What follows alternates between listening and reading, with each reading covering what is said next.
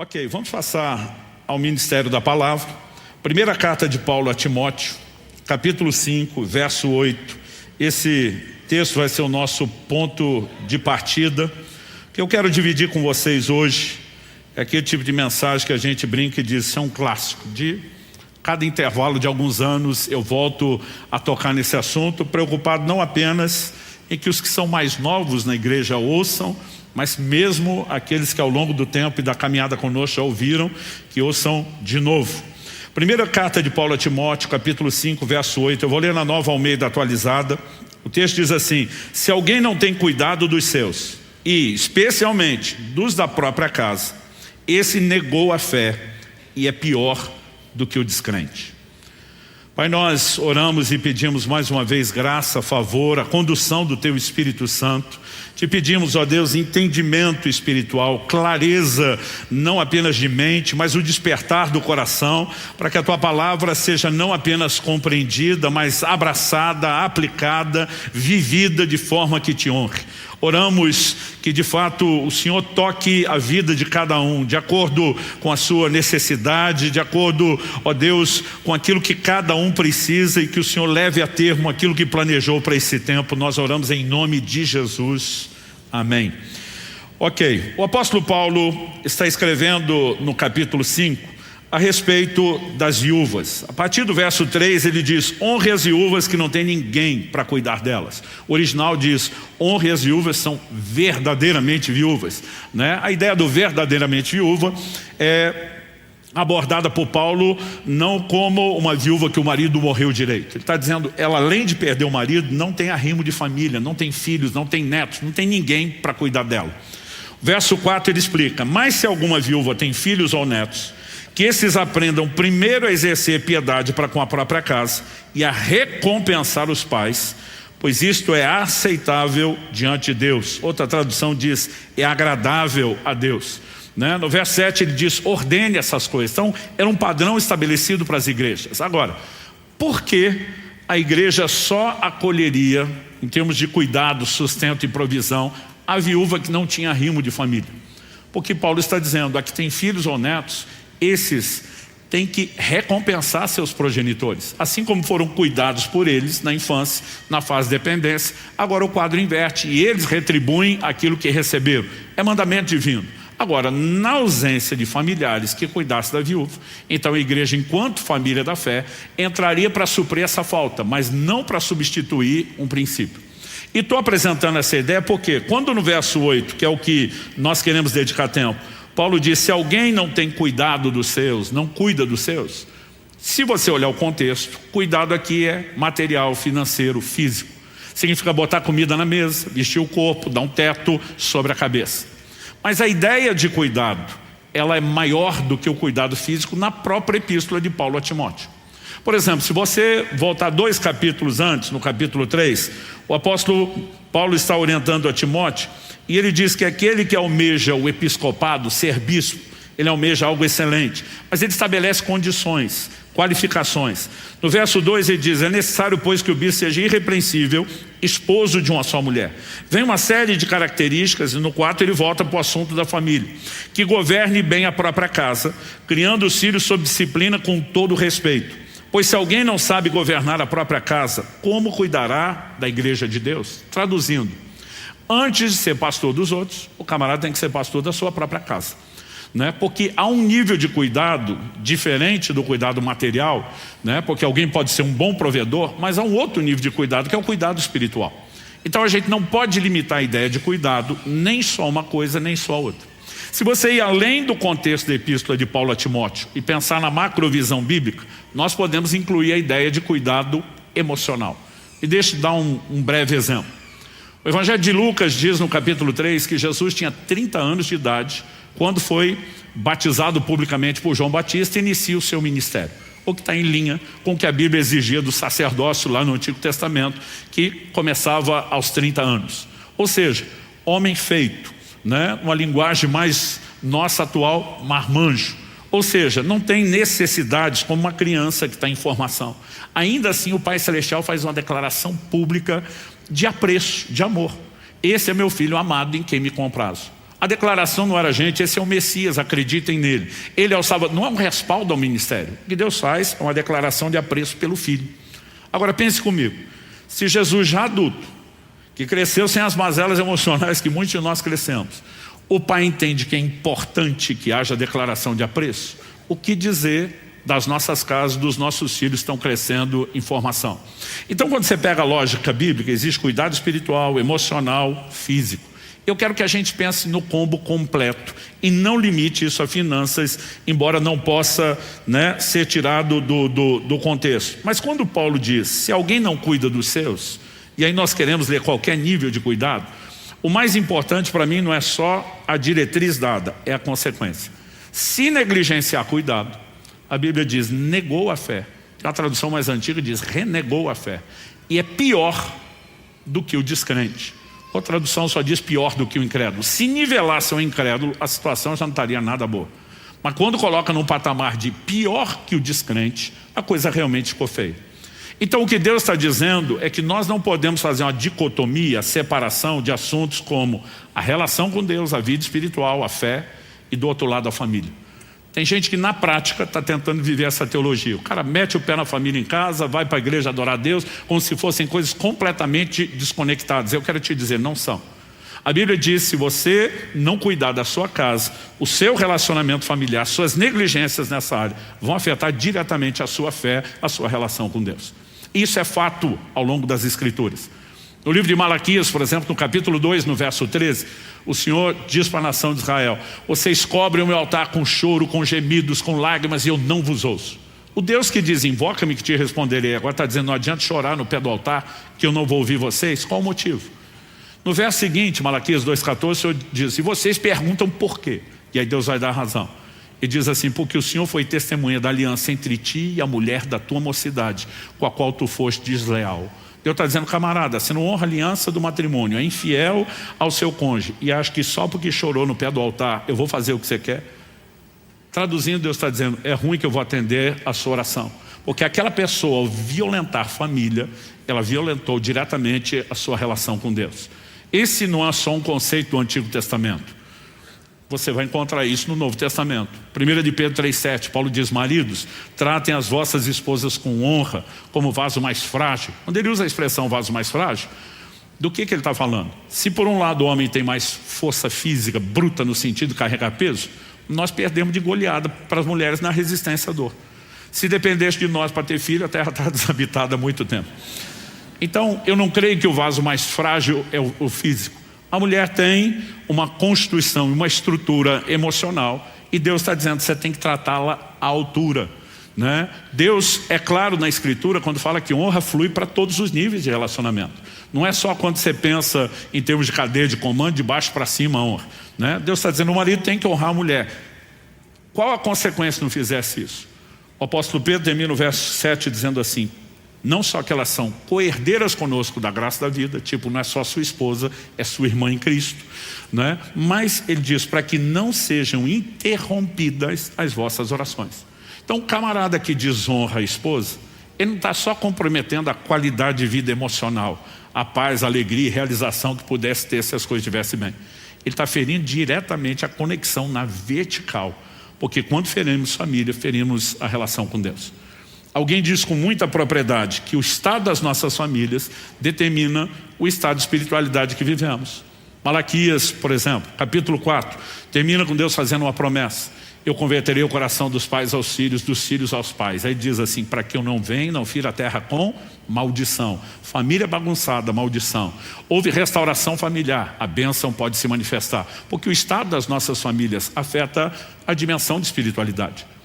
Joel capítulo 2, verso 28, que é o texto do avivamento que se prega, e acontecerá nos últimos dias, derramarei do meu espírito sobre toda a carne. Deus diz assim, vossos filhos e vossas filhas profetizarão. Você quer sinal que está tendo avivamento? Olha o nível de espiritualidade das famílias. Agora, nós não podemos simplesmente separar essas coisas. E o apóstolo Paulo nos apresenta uma visão aqui em 1 Timóteo 5,8, que esses dois assuntos estão profundamente conectados a ponto de você não conseguir separar. O tema da minha mensagem hoje é fé e família. E eu quero te apresentar a visão bíblica, não só de que eles estão muito unidos, a ponto de serem inseparáveis, mas o porquê. Eu nasci e cresci num lar cristão, graças a Deus, privilégio que muitos de vocês não tiveram. Mas isso não foi a experiência do meu pai. Por parte da minha mãe, né, os pais dela já eram cristãos. Mas por parte de pai, meu pai foi, até onde se sabe, né, o primeiro na ascendência dele, quando você olha, né, a linhagem toda, ele foi a primeira geração a ter contato com o Evangelho. Viveu uma experiência familiar péssima. Cresceu numa família completamente desestruturada. O pai dele, meu avô paterno, se suicidou quando ele tinha 12 para 13 anos de idade. Ele se converte aos 18 anos de idade. Um dos primeiros versículos que ele descobriu na Bíblia está lá no Salmo 68. Deus faz com que o solitário habite em família. Ele falou, Deus tem um plano para a família, inclusive para suprir certas dores do coração. Ele falou, se Deus tem um plano, com certeza não é o que eu vivi. E o que eu quero é viver o plano de Deus e não a minha experiência. Então meu pai pensou consigo mesmo, eu posso não ter vivido nada disso até hoje, mas a partir de mim muda. Daqui para frente muda. Das próximas gerações muda. E porque um dia ele tomou essa decisão, eu, meus filhos, meus netos, estamos todos colhendo o legado de alguém que tomou um posicionamento. Eu gosto, quando vou falar de família, introduzir esse assunto, porque alguns pensam, por é mais fácil, nasceu num lar cristão. Não foi a realidade do meu pai, mas pela decisão dele ficou mais fácil para mim. E se você é alguém que não cresceu debaixo de um legado, se cresceu, sua responsabilidade é maior do que os outros. Mas se você não cresceu debaixo de um legado espiritual, você pode ser aquela pessoa, como meu pai diz, a partir de mim muda e as próximas gerações vão colher o fruto do meu posicionamento. Né? Então, já quero introduzir esse pensamento para que alguns, em vez de ficar na defesa, isso não é para mim, está querendo muito, para que você entenda, Deus tem algo maior e melhor para a sua casa. E você pode ser a chave que vai desencadear tudo o que virá, não só nos próximos anos, mas nas próximas gerações. Dito isso, pela experiência do meu pai, eu nunca tive dificuldade de entender que família era importante. Porque tudo que meu pai foi descobrindo sobre família na Bíblia, ele já ia ensinando a gente desde pequeno. Eu lembro que eu nem tinha muito entendimento da doutrina bíblica, da teologia, mas meu pai dizia assim, salvação é individual, mas o plano e o projeto de Deus é familiar. Então, por exemplo, quando Deus prometeu a Abraão, em ti serão benditas todas as famílias da terra, e Paulo em Gálatas 3,8 diz que Deus pré-anunciou o Evangelho a Abraão, ou seja, estava falando da intenção de salvação dele para o mundo, Deus incluiu família.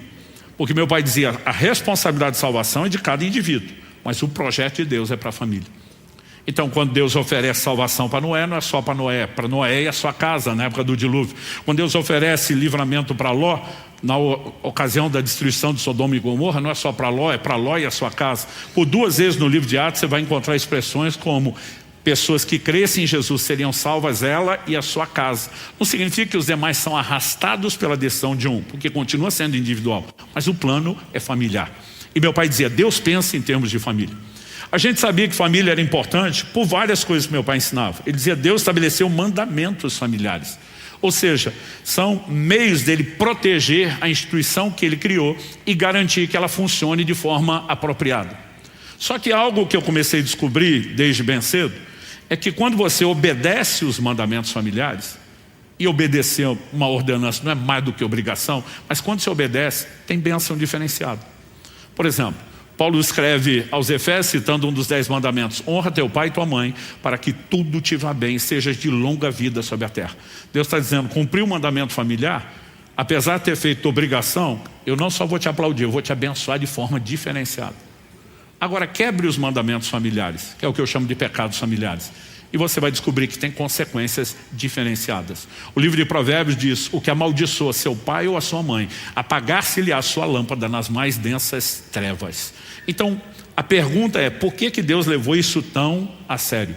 Nós precisamos entender, né? Por exemplo, você pega desde o Antigo Testamento, quando Deus vai falar disso em detalhes, sempre que Deus fala de abençoar alguém, você vai perceber que Ele também abençoa a família. Durante muito tempo eu achava que Deus abençoava a família, porque a família é importante para nós. Então, já que Ele quer me abençoar, e a família é importante para mim, eu entendia que Deus transbordava isso como uma forma de me agradar, porque família é importante para mim. Demorou para eu entender que a bênção de Deus sobre a família, antes de ser porque ela é importante para nós, é porque ela é importante para Ele. Ela serve a um propósito maior do que a maioria de nós tem mensurado. Então, à medida que eu comecei a entender que família era importante, isso me fez procurar levar isso a sério. Mas quando Deus começou a me ajudar a entender por que é tão importante, aí a coisa realmente muda de figura. E eu espero, com a graça de Deus, né, te ajudar. É impossível num tempo como esse esgotar o assunto, mas eu espero, com a graça de Deus, te ajudar a entender um pouco melhor o assunto. A construção desse entendimento começou anos atrás, quando Deus chamou a minha atenção para o fato de que Ele se revela através de figuras familiares. Isso é um padrão recorrente nas Escrituras. Então, por exemplo, quando Deus quis fazer a gente entender o nível de amor que Ele tem conosco, para que Deus apelou? Amor de mãe, que é o mais sagrado, elevado, sacrificial nível de amor que alguém conhece. Isaías 49:15. Pode a mãe que amamenta seus filhos esquecer-se da criança que mama? Resposta implícita: não. Mas porque de vez em quando, é raro, mas pode aparecer em um lugar ou outro uma mãe desnaturada. Deus diz: mas ainda que essa se esqueça, eu não me esquecerei de vós. O que Ele está dizendo? Quando o amor de mãe falha, o meu continua, porque o meu é mais intenso, constante e profundo que o amor de uma mãe. Mas para tentar ajudar a entender, a gente compreender, Ele vai lá e apela para aquilo que está no entendimento coletivo. Mas quando Ele quer falar de provisão, cuidado, Ele apela para a figura do pai, porque isso é o peso que o chefe da família carrega. Então Jesus, no Sermão do Monte, pergunta: qual de vocês é o pai que, se o filho pedir pão, vai lhe dar uma pedra? Se pedir peixe, vai lhe dar serpente ou escorpião?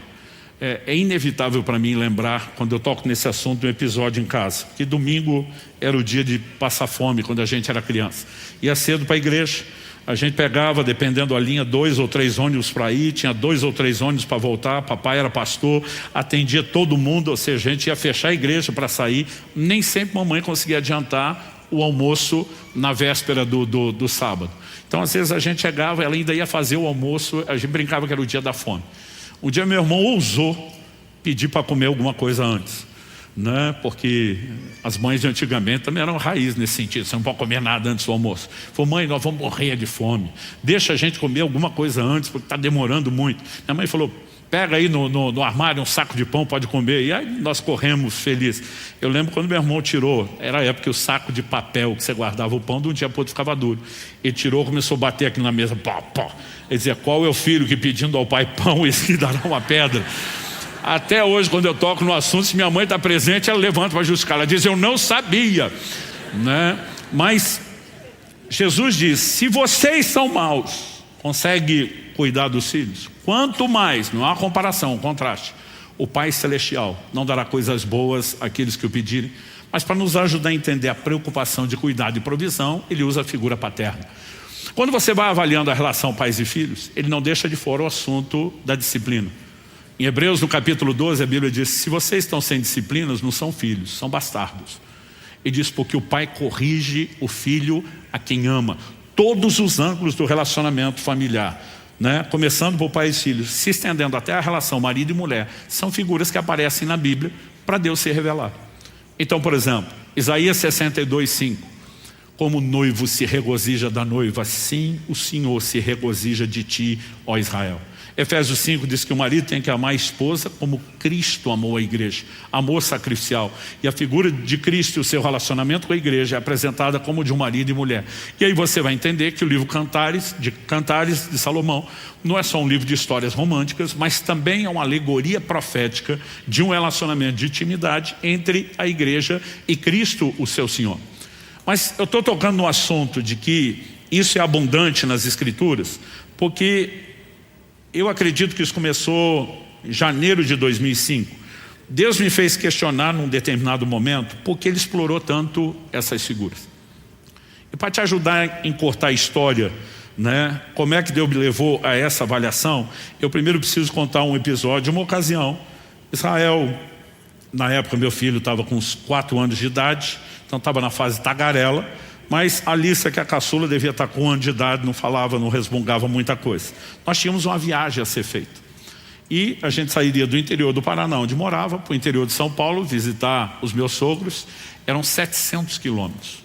Na época, sabendo o horário de sair, não abusar demais do tempo parada, o prazo recorde que eu fazia aquela viagem eram 9 horas. E eu lembro que eu comecei a me preparar emocionalmente para aquilo, porque meus filhos, não diferente dos de vocês, Eles conseguiam fazer centenas de vezes a mesma pergunta. Está chegando? Quanto tempo falta? Né? Está perto. E eu lembro que eu falei, cara, eu tenho que estocar a paciência, eu tenho que ser mais maduro que essa criança. Mas era um negócio assim, a gente viajava demais, gente. Então assim, o que alguns de vocês experimentaram algumas vezes, para mim era contínuo. Eu lembro que eu falei, eu tenho que ser mais maduro que ele, eu tenho que conseguir. E eu estoquei toda a paciência que eu podia antes da viagem. E eu fui bem, até 8 horas de viagem. Quando faltava 1 hora, acabou minha paciência. Porque teve uma hora que meu filho pergunta, pai, quanto tempo falta? Eu botei um sorriso fingido no rosto, mas por dentro já estava assim, que não aguentava. Falei, 1 hora, meu filho. Aí ele do banco de trás sorri e fala, obrigado. Quando ele falou obrigado, eu perdi a paciência. Falei, obrigado por quê, piá? Aí ele assustado, porque o senhor me disse quanto tempo falta. Falei, por acaso você entende de tempo? Você tem relógio? Não. Você sabe marcar a hora? Não. Você sabe quanto dura 1 hora? Não. Eu falei, então o que adianta você ficar me perguntando e ainda fingindo que entende a explicação que eu dou? Se você entender, você não perguntava de novo. E a hora que eu vi, eu tinha soltado os cachorros. Todo homem de Deus sabe que errou.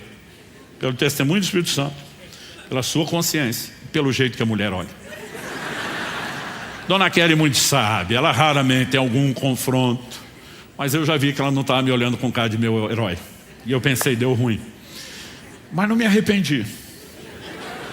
Porque eu pensei, deu ruim, mas pelo menos vou ter um pouco de paz. Naquele momento eu achava que justificava. Mas gente, pensa numa paz excessiva, virou um silêncio no carro. Que era um negócio, foi ficando constrangedor. E eu pensei, sabe quando você tem um arrependimento parcial? Pode ser que eu tenha me exagerado um pouco. Pode ser, mas não é aquela coisa de se admitir. Mas daqui a pouco, percebendo que a coisa estava quieta há muito tempo, ninguém conversava, eu comecei a dizer, Deus, eu acho que eu errei. Mas eu queria consertar isso sem perder essa paz. E o Senhor podia me ajudar, eu não sei nem como fazer isso. Eu estava ali, orando em pensamento comigo. Meu filho rompe o silêncio do banco de trás e diz, eu sei, pai, que eu não entendo de hora, que eu não tenho relógio, não sei marcar tempo. Aí ele fala assim para mim, mas fala sério, você é inteligente. Quando o filho já joga assim, se você não fizer, porque não é, né? Você é inteligente. Se você quiser, você me arruma um jeito de explicar o tempo que não seja pelo relógio. Kelly começa a segurar o riso do meu lado, tipo, quero ver você sair dessa. E eu fico desesperado, penso, como é que você explica o tempo para uma criança que não entende o único medidor de tempo que nós temos, que é o relógio, né? E eu fiquei pensando, e daqui a pouco me deu uma ideia. Eu falei, eu tenho que entrar no mundo dele, na cabeça dele, usar as coisas que ele entende. Não adianta falar da minha que ele não entende. E meus filhos, não diferente dos de vocês, tinham o hábito de assistir centenas de vezes os mesmos desenhos.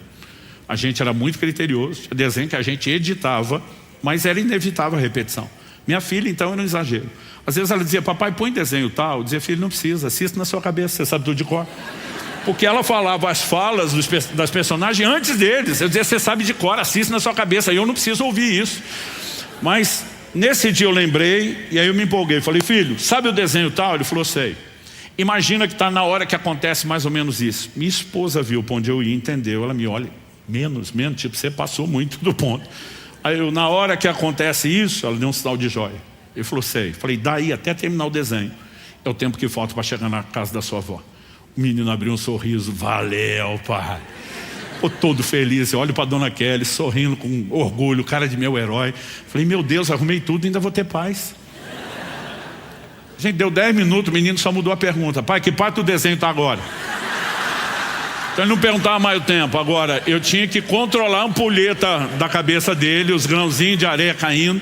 Eu lembro quando a gente estava chegando e ele falou, pai, e agora? Eu falei, filho, está subindo as letrinhas brancas. Quando eu falei isso, ele, da ampulheta mental dele, eram os últimos grãozinhos. Ele fez a maior festa. Chegamos, subiu as letras, acabou o desenho. O Espírito Santo, quando começou a trabalhar esse assunto, ele falou, você lembra desse episódio? Eu acho que isso tinha acontecido no máximo 3 anos antes ou menos. Eu falei, lembro. Ele diz, você não teve que entrar na cabecinha, no mundo do seu filho, no universo limitado de entendimento dele, explicar de uma outra forma o que se você falasse no nível do seu conhecimento ele não entenderia. Falei, foi exatamente isso. E o Senhor falou comigo, eu tenho que fazer a mesma coisa com vocês o tempo todo. E eu lembro de Isaías 55, os pensamentos de Deus são mais altos que os nossos. Eu lembro de 1 Coríntios 2,14, o homem natural, psíquico, entregue ao psique e à mente, não entende as coisas do Espírito, porque para ele são loucura. É lógico que nós não vamos acompanhar o raciocínio de Deus. E se ele explicar na dimensão dele, nós vamos ficar perdidos. Agora, o Senhor diz, A diferença entre o que você fez com o seu filho e o que eu tenho que fazer com vocês é que você improvisou. Você foi pego de surpresa. Você não estava pronto para aquilo. Eu entendi ele dizendo, sou Deus onisciente, presciente. Eu não sou pego de surpresa, eu não faço nada de improviso. E de repente eu comecei a perceber que todo esse volume de revelações, esse é o primeiro tópico que estamos abordando aqui, que Deus se revela por meio de figuras familiares. Nada disso é intencional. Para que nós pudéssemos conhecer e entender melhor Deus, o Senhor disse, vocês precisam de ilustrações. Mas Ele não decidiu aproveitar só as ilustrações que nós temos. Eu ouso ir um pouquinho além. Deus criou e preparou de antemão as ilustrações que Ele iria precisar para se comunicar. E um dos pontos centrais que eu quero explorar nessa mensagem, de por que família é importante aos olhos de Deus, é porque ela é a lente através da qual nós vamos ter ou não a revelação correta de Deus. E nós precisamos levar isso a sério. A primeira coisa que eu e você precisamos entender é que não existe só a família terrena, o formato de família que eu e você vivemos. A Bíblia fala de uma família celestial, uma família divina, uma família eterna. Efésios 2,19, assim já não sois estrangeiros nem forasteiros, mas concidadãos dos santos e membros da família de Deus. Deus tem uma família da qual somos parte. Quantos são gratos por ser parte da família de Deus? Em Efésios 3, 14 e 15, Paulo diz, por essa causa me coloco de joelhos diante do Pai, de quem toma o nome toda a família, tanto nos céus como sobre a terra. Deus tem uma família. Parte da família está na terra, parte da família está no céu, são os que já foram promovidos, transferidos. E sempre fez imaginar a família de Deus como um grande sobrado. A filharada do andar de cima, os que já partiram para a glória. A filharada do andar de baixo, nós que estamos aqui. Mas toda essa criançada correndo, pulando, se divertindo, e Deus, o paizão, feliz de todo mundo. Mas nesse dia, onde eu estava realmente trabalhando no assunto, eu senti o Senhor me questionar, quando foi que você formou a sua família? E respondi para Deus de uma forma detalhada. Falei no dia 3 de novembro de 1995, uma sexta-feira à noite. Entre 9h30 e 10 da noite. Chega o momento da cerimônia onde eu formalizei meus votos de aliança com a minha esposa. Caprichei na resposta. Falei para Deus, se cumprir a escritura que diz, deixará o homem seu pai e sua mãe, se unirá a sua mulher. Falei, esse foi o dia exato que eu comecei minha família. O Senhor me disse, e os filhos? Falei, os filhos vieram depois.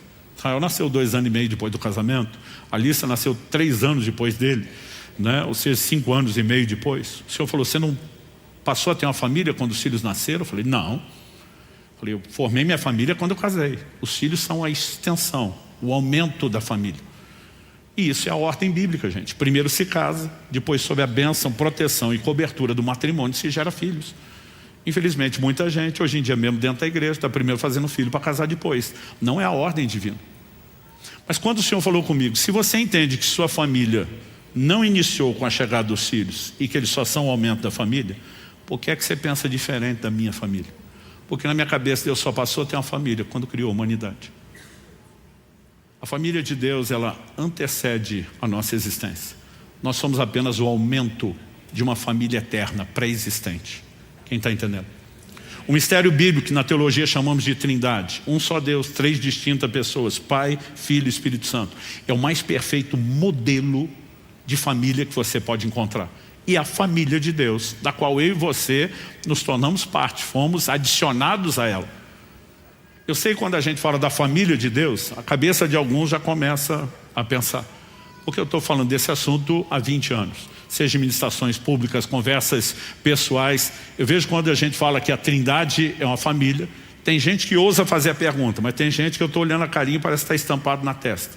Então, se Deus é o Pai, e Jesus é o Filho, o Espírito Santo é a Mãe, os homens já olham com a cara de heresia, não deixa Deus ser menino. As mulheres já têm um tom de sorriso, de satisfação, imaginando, a gente está representado lá. Mas a verdade é que a Bíblia não usa essa terminologia. O Pai é usado para Deus, Jesus o Filho, até para falar da relação deles. Mas a Bíblia não usa a terminologia de uma mãe para o Espírito Santo. E o nosso erro é tentar entender a família de lá a partir da de cá. Porque a família terrena é uma réplica incompleta, limitada, imperfeita da família celestial. Por exemplo, nós temos coisas aqui que no plano espiritual não existe. Jesus disse que no céu não se casa, não se dá em casamento. reprodução da forma como nós temos é algo meramente terreno. Então você não pode simplesmente pegar e tentar fazer uma análise inversa e jogar tudo para o lado de lá. Mas se você, a partir da ótica da família eterna, celestial, for avaliar a família terrena, você vai perceber que a mãe acumula funções que Deus deu na família terrena, que o Espírito Santo tem na família eterna. Quem é o responsável pela gestação da vida na família eterna? O Espírito Santo. Você olha a criação, Gênesis 1, o Espírito pairava sobre a face das águas e ele que se move debaixo do comando da criação.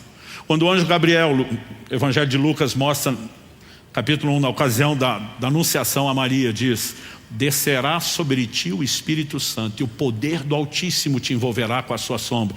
E Maria responde: cumpra-se em mim segundo a sua palavra. Nós sabemos exatamente como Deus trabalhou para que houvesse a gestação, né, do próprio Jesus ali. Então, quem é a responsável pela gestação da vida na família terrena? A mãe. Quem é o responsável por consolo na família eterna? Deus é chamado de o Deus de toda consolação. Jesus diz: vou mandar um outro consolador. A palavra outro é consolador tanto quanto. Então você não pode dizer que é só o Espírito Santo. Mas o Espírito Santo é repetidas vezes chamado de o Consolador. Porque, basicamente, quando você pega a divisão de tarefas, não significa que pai e filho não tenham consolo, mas quem executa isso é o Espírito Santo. Quem é a fonte de consolo na família terrena, gente? A mãe. Eu não sei o filho de vocês, os meus já choravam chamando a mãe. Mãe! Eu lembro de um dia que o Israel caiu, corri para acudir o menino, ele me driblou, correu para o colo da mãe.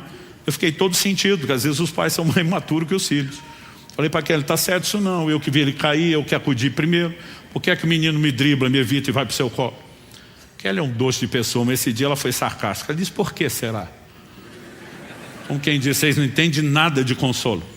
Aliás, Kelly dizia, né, a criança cai, a primeira coisa que o pai faz é dar um sermão, né? Eu não te disse, eu não avisei, né? Ela falou assim: consolo não é a praia de vocês. Então normalmente, e os pais ainda ficam aborrecidos.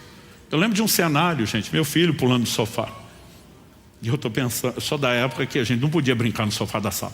O sofá era para uma tal de visita que nunca aparecia e você que morava na casa não podia usar. Então eu dizia: quando eu casar, tiver minha casa, eu faço o que eu quero no meu sofá, filho fala o que quer. Aí você cresce prometendo coisa que depois se arrepende. Agora meu filho está pulando no sofá, estou pensando quanto custa.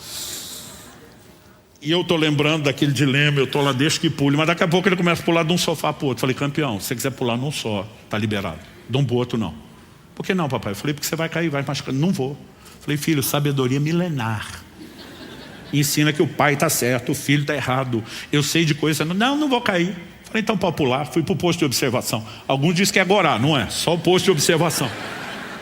E estou assistindo, pula de um sofá para o outro, do outro para um, de um para o outro, do outro para um. Em algum momento, na hora de pular, ele escorregou no impulso e caiu no vão entre os dois sofás. Tinha um tapete, mas a semelhança aqui do corredor não era muito felpudo, deve ter amaciado alguma coisa a queda, mas não muito. Ele já levanta chorando, segurando o braço, né? A mãe do menino, que estava bem mais longe do que eu, que estou na frente, teletransportou, passou na minha frente. Falei: como isso? Né? E aí começa todo o cenário de consolo, que para a cabeça do pai é um absurdo. A maioria de nós, os maridos, nós temos um elemento de seu Lunga dentro de nós. Tem nordestino aqui? Seu Lunga era uma lenda quando ainda estava vivo, cearense. Ele virou literatura de cordel no Nordeste, porque a filosofia de vida era mais ou menos o seguinte, né? Toda pergunta ignorante merece uma resposta ainda mais ignorante. E a gente brinca que ele era a encarnação da ignorância. Uma vez ele foi comprar veneno para rato na agropecuária e diz a literatura de cordel, muito aumentado, inventado, que o funcionário perguntou: é para levar? Ele falou: não, espera que eu vou buscar o rato comer na sua mão. Diz que uma vez a mulher perguntou para o Lunga: quer leite? Ele disse: quero. Ela falou: leva no copo. Ele diz: não, joga no chão e puxa no rodo. Então essas são as histórias. E as mulheres vão concordar mais do que os maridos, que todo marido tem, o percentual muda, mas todo mundo tem um tanto de Lunga dentro de si. E aí a hora que minha esposa corre acudir o menino, ela está lá perguntando: ô meu filho, o que aconteceu? Eu já estou. Aí ele fala assim: eu caí. É minha vontade de dizer: não, mergulhou, treinou, achando que era uma piscina. Todo mundo sabe que caiu, mas a mãe pergunta e deixa a criança dar a versão dela. Aí vem a próxima pergunta: e machucou? É vontade de dizer: não, está chorando de treino, para quando precisar, ficou bom, porque treinou. Mas eu estou ali: não fala, miserável do Lunga, fica quieto, não peca, não peca. E eu estou me segurando. Aí ele, sim. Aí a mãe chega no limite. Aonde? O menino está segurando o braço o tempo todo. Aonde machucou? Aqui. Minha avó está dizendo, não, está segurando o braço só para ele não cair do corpo. Mas eu estou ali, não peca, não peca. Aí ela vai para o meu limite, que foi muito difícil não abrir a boca. Aí diz, deixa que mamãe dá um beijo e já sara. Eu quero gritar, é mentira, tá trolando você, não é xilocaína, não é analgésico, vai sarar nada. Mas eu tô, não peca. Depois de um tempo, ela diz, eu sei o que você pensou. Eu falei, eu quero te explicar que o beijo não é remédio para o braço, é para a alma. Aí eu, ela só falou isso, mas na minha cabeça eu ainda aumentei, seu ignorante. Porque de alguma forma a gente não consegue entender essa dinâmica. Uma outra ocasião que ele quis fazer a mesma coisa, eu falei, e ele caiu. E foi assim, eu não sei se ele estava indo ou voltando, se foi o mesmo braço. Mas parecia aquele negócio do 7-1 para a Alemanha. Gol da Alemanha, toda hora você fica. É um replay ou está acontecendo de novo? Porque foi muito parecido. Esse dia, ele foi correr para a mãe. Eu cerquei de um lado, cerquei do outro. E a primeira coisa que eu fiz foi dar sermão. Eu não te falei que se você ficasse pulando ia cair? Sim, então bem feito. Se tivesse ouvido seu pai, não tinha caído. Então assim, dizer que nós somos a obra-prima do consolo, não somos. Agora, o que é que eu e você precisamos entender? Que de alguma forma, esses paralelos, eles têm influência. Eu destaquei em primeiro lugar que Deus se revela através de figuras familiares. Segundo, distinguimos família terrena e celestial. Mas o que eu estou tentando te mostrar agora é que a visão que nós temos de família, ela vai determinar também a dimensão de entendimento, de revelação que nós podemos ter de Deus. Se você vai ter um filtro ou não, se você vai ter uma ótica, uma lente que te ajuda a enxergar melhor Deus ou que o distorce tipo uma caricatura. E esse foi um assunto que antes de eu entender o que a Bíblia dizia, eu comecei a avaliar a partir de uma experiência também no início do meu ministério. Isso aconteceu antes ali do ano 2000, e eu estava num culto, no momento louvor e adoração, e estava lá envolvido na adoração.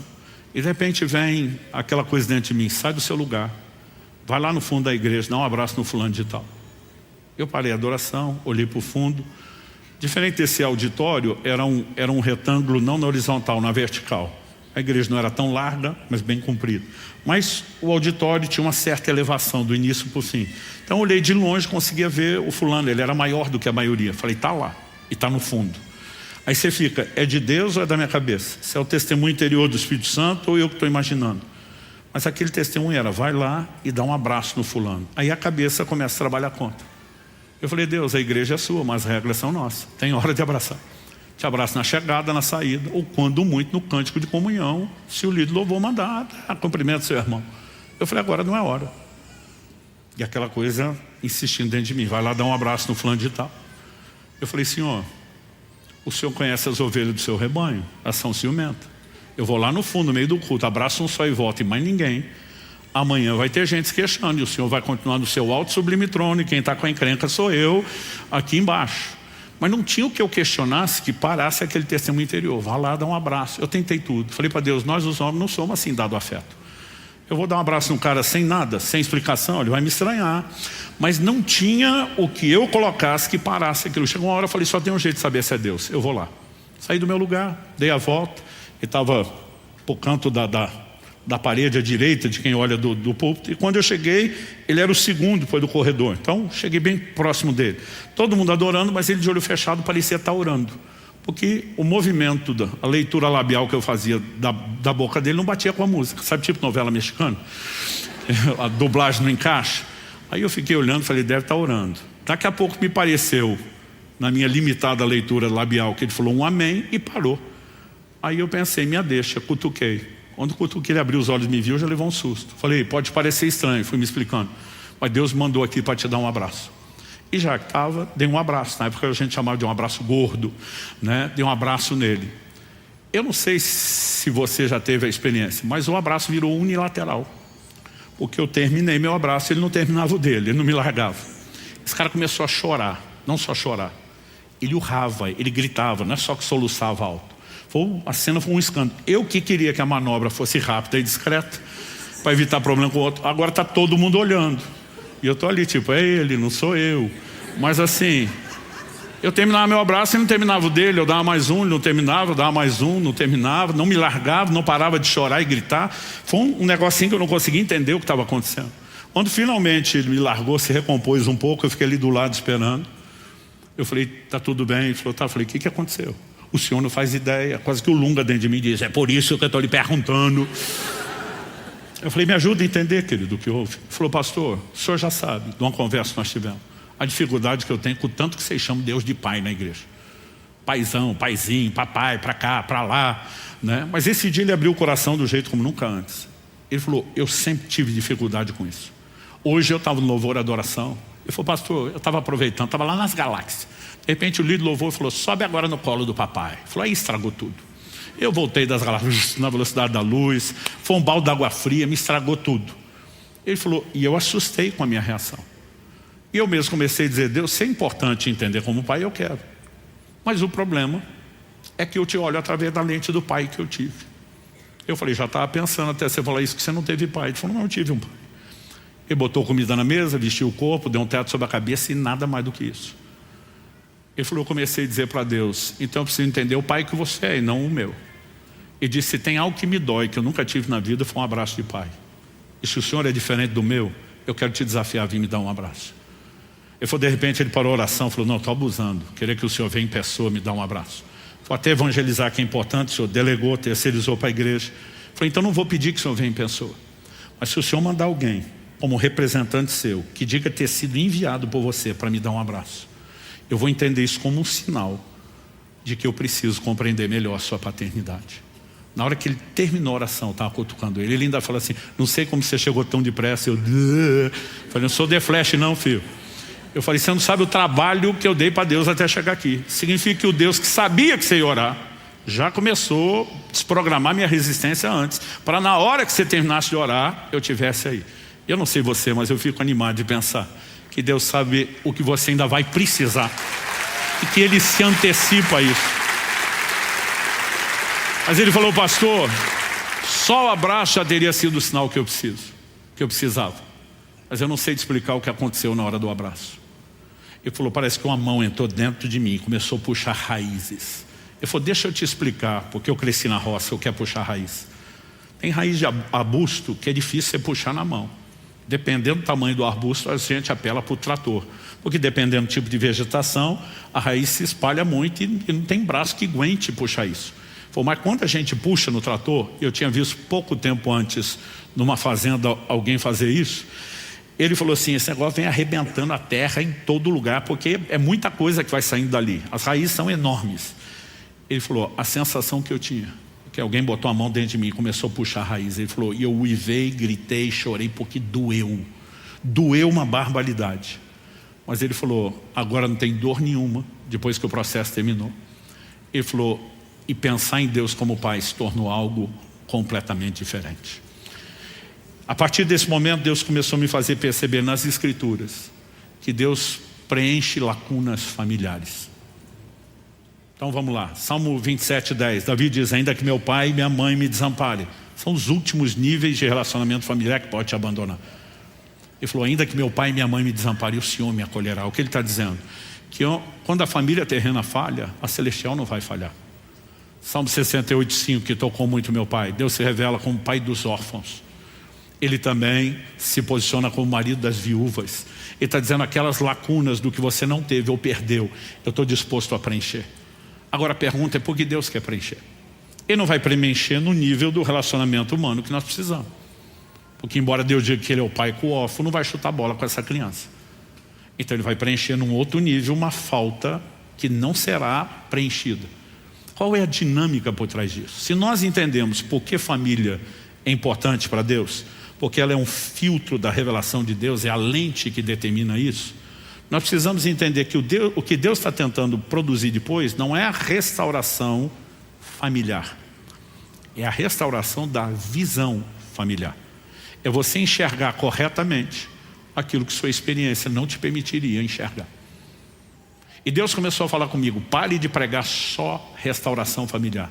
Comece a pregar a restauração da visão familiar. Falei, qual a diferença? A diferença é que tem famílias que não vão experimentar a restauração. E o coração aperta. Não, Deus, o Senhor não diga isso, o Senhor é todo poderoso. Ele diz, tem casos que não há mais como. A pessoa teve um problema sério de relacionamento com o pai, com a mãe ou com ambos.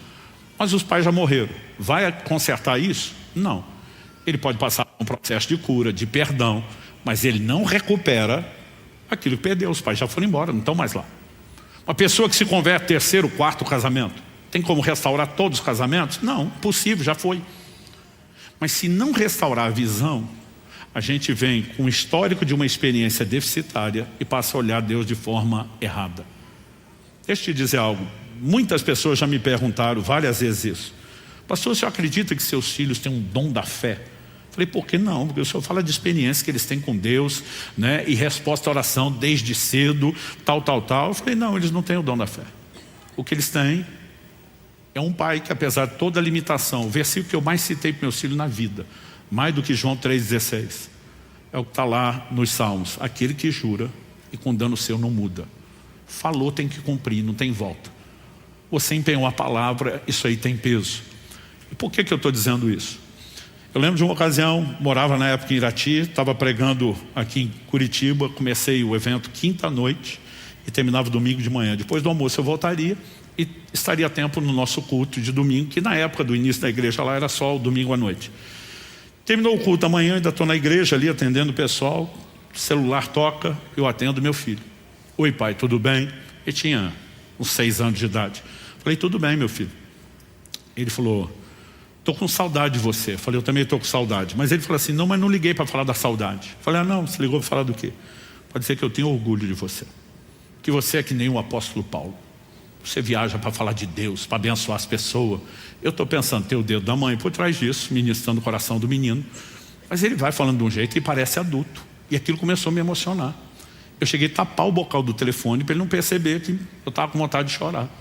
Quando eu estava assim no auge do quebrantamento, ele termina a conversa dizendo, só não esquece meu presente. Até hoje ele fala, pai, eu era criança demais para malandragem, eu não fiz uma coisa pensando na outra. Mas eu que estava emocionado, empolguei e falei, o que é que você quer? E do outro lado, estou podendo escolher?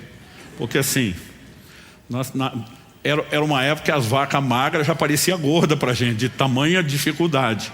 E um tempo antes ele tinha me pedido um presente. Falei, filho, pede isso para o Pai Celestial, porque não tem a menor chance de eu conseguir comprar isso para você. Não era, olhando hoje, não parece nada tão caro. Na época era um desafio impossível. Eu falei, estou podendo escolher, eu emocionado sem pensar. Falei, o que você quiser. E a hora que eu vi, eu já tinha falado. Ele falou, bom, então se é o que eu quiser, eu quero aquele presente que eu te pedi um tempo atrás. Gente, sangrou não foi a carteira, foi o coração, a alma. Mas eu já tinha dado a promessa. Então eu falei, eu vendo um rim, de preferência de alguém, não o meu. Estou brincando. Mas eu falei, vou ter que honrar isso. Então no telefone eu falei, é seu. Quando eu falei, é seu, acabou a conversa. Eu só ouvi o barulho do finado telefone fixo caindo no chão. Os gritos dele, ganhei meu brinquedo. Ganhei. Falei, como ganhou? Ainda vou para o shopping almoçar e comprar o brinquedo. Tem pelo menos 2 horas de estrada antes de chegar. Mas se o pai falou, está falado. Não tem volta. Agora, tenta provocar a fé de gente que cresceu em ambientes onde todas as promessas que eram feitas não eram cumpridas.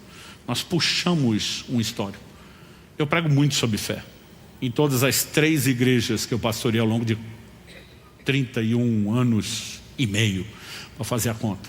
Eu percebi que sempre tem um grupo de irmãos que eu classifico como incrédulos crônicos. Cara, tem gente, tem hora que não era nem comigo. Eu estava lá recebendo tanto quanto ele. Alguém está lá pregando, nunca te deixarei, jamais te desampararei. Eu estou lá assim, eu vou voar. Você está recebendo tudo. Você olha para o do lado, sei. Não tem palavra de fé que entre ali. Eu comecei a descobrir por amostragem estatística. A maioria quase absoluta deles cresceu num ambiente onde promessas não eram cumpridas, onde houve abandono. E aí quando está falando do que Deus prometeu, eu sei, meu pai falava a mesma coisa antes de abandonar a gente. E muitas vezes a lente impede a gente enxergar a família celestial como ela deveria. É por isso que a visão precisa ser restaurada. Pastor, como restaurar essa visão? Salmo 19:7 diz, a lei do Senhor é perfeita e restaura a alma. Deus falou comigo anos atrás: pare de pregar casamento só para os casados, pare de pregar criação de filhos só para os que são pais. Todo mundo tem que entender tudo o que a minha palavra diz sobre família, porque há elementos que talvez não seja aplicado no âmbito da família terrena. A pessoa que decidiu viver solteira, não casar, não ter filhos, na prática ele não precisa daquilo, mas quando você fala da vida espiritual, discipulado, de entendimento, ele precisa entender esses parâmetros por causa da relação com Deus. Então assim, a maioria dos crentes que a gente botava na classificação barraqueiro dentro da igreja, se mexe na história, crescendo em famílias onde a coisa era tratada dessa forma. E a gente simplesmente transporta o convívio familiar para a família da fé do jeito que veio. Não significa que dá para trazer tudo de lá, gente. Mas a restauração da visão familiar é importante. E ela pode acontecer sob 2 ângulos. Primeiro, Deus preenchendo as nossas lacunas, nos ajudando a viver restauração daquilo que precisamos, como foi o caso do Ciro, esse irmão que eu mencionei lá do abraço, né? Ou muitas vezes nos levando a estabelecer consertos. Talvez hoje você precise sair daqui com uma determinação no coração: eu tenho que perdoar alguém. Talvez você é aquele que tem que sair e pedir perdão. Mas por quê? Porque existe a questão dos outros e não só da sua visão familiar. Gente, quando entende isso, janeiro de 2005, eu estava numa viagem. Eu lembro que eu liguei para minha esposa e falei: nossa família nunca mais será a mesma. Nossa igreja, nosso ministério com famílias nunca mais será o mesmo. Por quê? A compreensão dessas coisas me trouxe um peso de responsabilidade. Porque eu entendi que o tipo de pai e marido que eu seria formaria a visão de Deus que os meus filhos teriam. Então eu falei: como é que eu posso ser alguém que promete e não cumpre? Como é que eles vão olhar para Deus? Como é que eu posso ser alguém injusto? Como é que eles vão olhar para Deus? E de repente você percebe que isso não vai trazer só bênção no sentido de uma família feliz, um lugar emocionalmente saudável, mas muito mais do que isso. Um ambiente onde a revelação de Deus vai crescendo e sendo amplificada. Isso significa o quê? Que a gente precisa não apenas buscar restauração das nossas experiências. Gente, família é o ambiente das nossas maiores dores. Por quê? Porque decepção é proporcional à expectativa.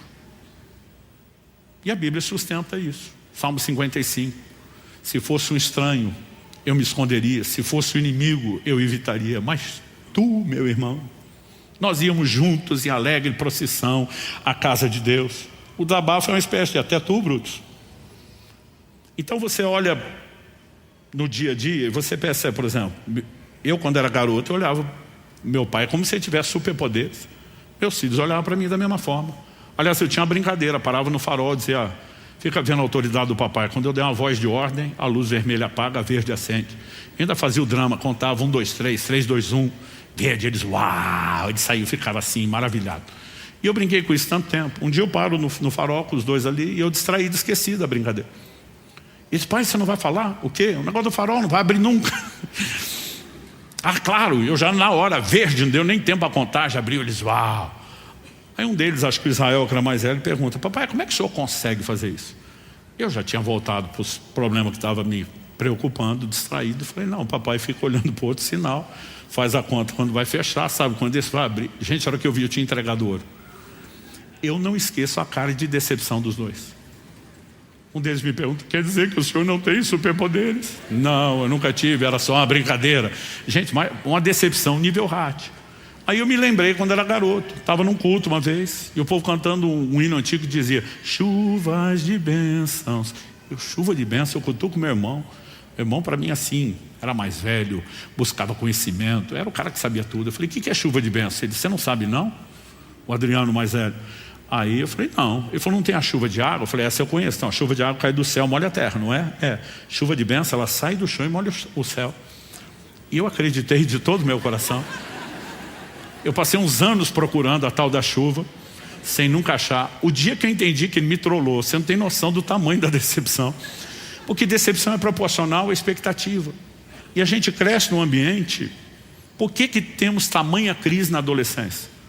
Porque os filhos vão chegando num lugar de entendimento e dizem: papai e mamãe são super-herói, coisa nenhuma, tem superpoderes, nada. E se a gente era, eles descobriram as criptonitas. Então começa um processo de decepção que gera choque. E se você não tiver uma plataforma para construir respeito a partir de um relacionamento correto, saudável, você vai ter problema no relacionamento. Então, por conta disso, as dores familiares talvez são as dores mais fortes que nós carregamos.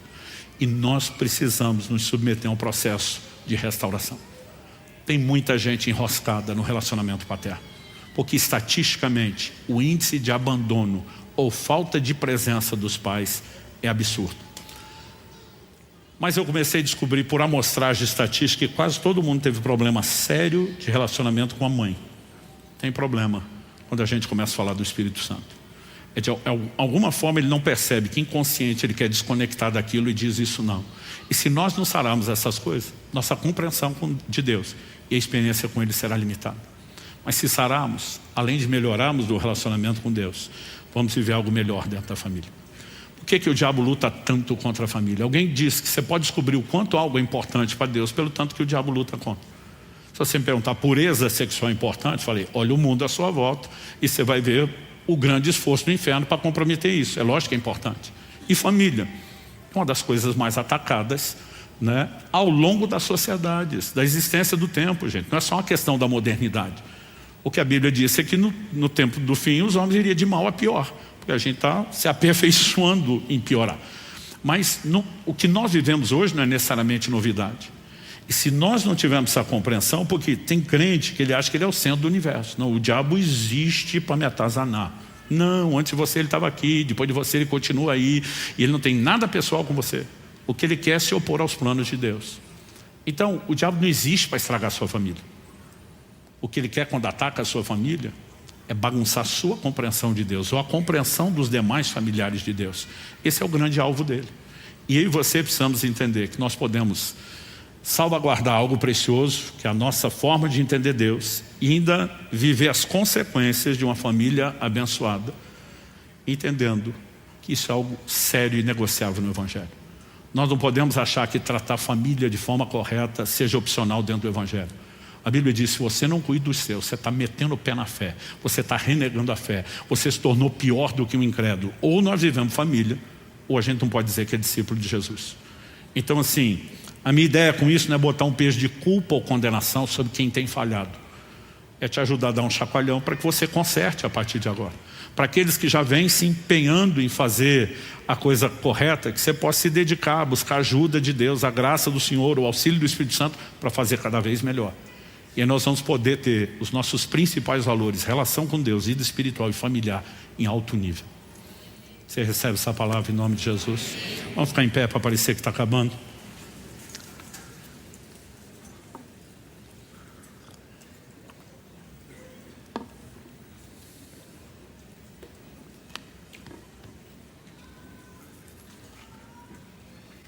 Eu escrevi um livro inteiro a respeito desse assunto, chamado O Propósito da Família. A gente fala de casamento, da vida matrimonial. A gente tenta desenvolver uma visão mais abrangente do que a família, de como nós precisamos levar isso a sério. Outro dia alguém falou, pastor, não dá para resumir aquele livrão? Eu digo, não. A lei do Senhor é perfeita e restaura a alma. Nós precisamos ser expostos a todo o ensino bíblico para que haja uma mudança de mentalidade, para que a ótica mude. Mas você também precisa de processos, onde se permita entrar no lugar em Deus, onde você consiga perdoar, pedir perdão, ser restaurado, promover restauração. Eu gostaria de terminar orando com você. Pai, te pedimos que aquilo que o Senhor começou a fazer e falar, continue depois dessa reunião. Muitos de nós já estamos sendo expostos a um entendimento personalizado que o Teu Espírito produz. Nós oramos que haja arrependimento, que haja conserto, que haja resposta, que haja fé promovida pela Tua própria palavra, para buscar restauração e cura onde necessário, um entendimento para promover ajustes corretos. Queremos viver, Senhor, um bom modelo familiar, muito mais do que pensando na realização que isso traz. Nós oramos que essa lente da visão do Senhor, de entendimento e de revelação de quem o Senhor é, não seja mais distorcida, que ela seja devidamente trabalhada pela obra restauradora do Teu Espírito em nós, pela compreensão das Escrituras, de maneira que possamos viver intensamente, muito melhor do que vivemos até agora, tanto a vida espiritual, a fé, como também a família. Queremos abençoar cada um dos nossos irmãos e irmãs, pedir que o Senhor os conduza na aplicação prática desse entendimento, nos ajustes necessários, E que, ó Deus, haja temor nos nossos corações para não brincar com um assunto tão sério, tão sensível e que merece tanto da nossa atenção e respeito. Nós oramos em nome de Jesus e para a glória de Deus. Amém. Abra a sua Bíblia, por gentileza, no Evangelho de Marcos, no capítulo 14. Evangelho de Marcos, capítulo 14. E nós vamos ler a partir do versículo 3 até o 9. É do conhecimento da maioria das pessoas que eu tenho uma dificuldade enorme com pregação temática em relação às datas. Eu me lembro, acho que foi em 2008, no início da igreja, que eu preguei uma mensagem no Dia dos Pais intitulada O Juízo na Casa de Deus. Alguém falou, é Dia dos Pais. Eu falei, eu não tenho mensagem de pai para pregar todo ano para vocês. E muitas vezes, né, não é apenas essa questão da dificuldade, mas a gente gosta de parabenizar, mas a vida segue com várias necessidades, às vezes direções de Deus de forma diferente.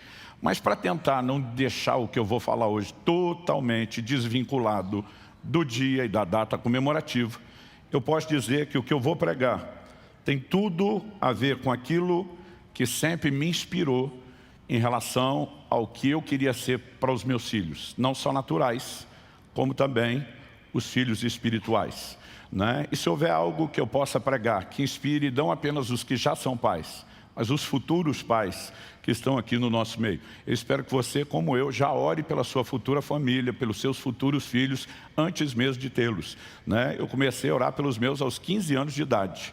E tem sido uma vida de oração, de intercessão em favor deles. E eu oro que aquilo que eu vou compartilhar com você possa inspirá-lo também, né? Antes de começar, eu preciso fazer uma homenagem à minha esposa. Hoje é Dia dos Pais, mas se não fosse Deus, por meio da palavra do Espírito Santo, eu não teria feito um bom papel. Mas na sequência, se não fosse você, meu amor, não tinha rolado. Você foi mais do que uma conselheira, foi uma inspiração, uma mulher sábia, equilibrada. E ó, ver nossos filhos hoje crescidos, servindo a Deus, eu acho que é um dos maiores troféus que a gente pode levantar diante de Deus com gratidão. E eu sou grato a Deus. Evangelho de Marcos, capítulo 14, a partir do verso 3. O texto diz assim: quando Jesus estava em Betânia, fazendo uma refeição na casa de Simão o leproso, veio uma mulher trazendo um frasco feito de alabastro, com um perfume muito valioso de nardo puro. E quebrando o frasco, derramou o perfume sobre a cabeça de Jesus. Alguns dos que estavam ali ficaram indignados e diziam entre si: para que esse desperdício de perfume? Esse perfume poderia ter sido vendido por mais de 300 denários para ser dado aos pobres. E murmuravam contra ela. Mas Jesus disse: deixem a mulher em paz, porque vocês a estão incomodando. Ela praticou uma boa ação para comigo, porque os pobres estarão sempre com vocês, e quando quiserem, podem fazer-lhes o bem, mas a mim nem sempre terão. Ela fez o que pôde, ungiu meu corpo antecipadamente para a sepultura. Em verdade lhes digo que onde for pregado em todo o mundo o Evangelho, também será contado o que ela fez, para a memória dela. Eu quero dar ênfase ao verso 9. Em verdade lhes digo que, onde for pregado em todo o mundo o Evangelho, também será contado o que ela fez, para a memória dela. O verso 3 fala que esse episódio aconteceu em Betânia. E quando você relaciona esse relato com o de outros evangelhos, a dedução a que se chega é que se trata de Maria de Betânia, irmã de Marta e Lázaro. Há uma discussão sobre isso, mas o fato é que no final, e esse versículo 9 para mim arremata bem a história, nós vemos Jesus destacando que aquilo que essa mulher fez deveria ser contado para o mundo todo, em todos os lugares, em todas as épocas. Em outras palavras, nós podemos dizer que Jesus imortalizou essa mulher. Normalmente a Bíblia nos apresenta relatos do que pessoas fizeram com uma ênfase. Isso serve para o nosso ensino. Romanos 15:4 diz: tudo quanto foi escrito, para nosso ensino foi escrito. Em 1 Coríntios 10, no versículo 11, a Bíblia falando, né, dos registros históricos da nação de Israel, diz que essas coisas que eles aconteceram foram escritas para nossa advertência, para nosso exemplo. E a Bíblia usa de uma maneira muito didática os episódios da vida das pessoas para nos ensinar, para nos instruir. No entanto, esse texto não foi registrado apenas com esse propósito.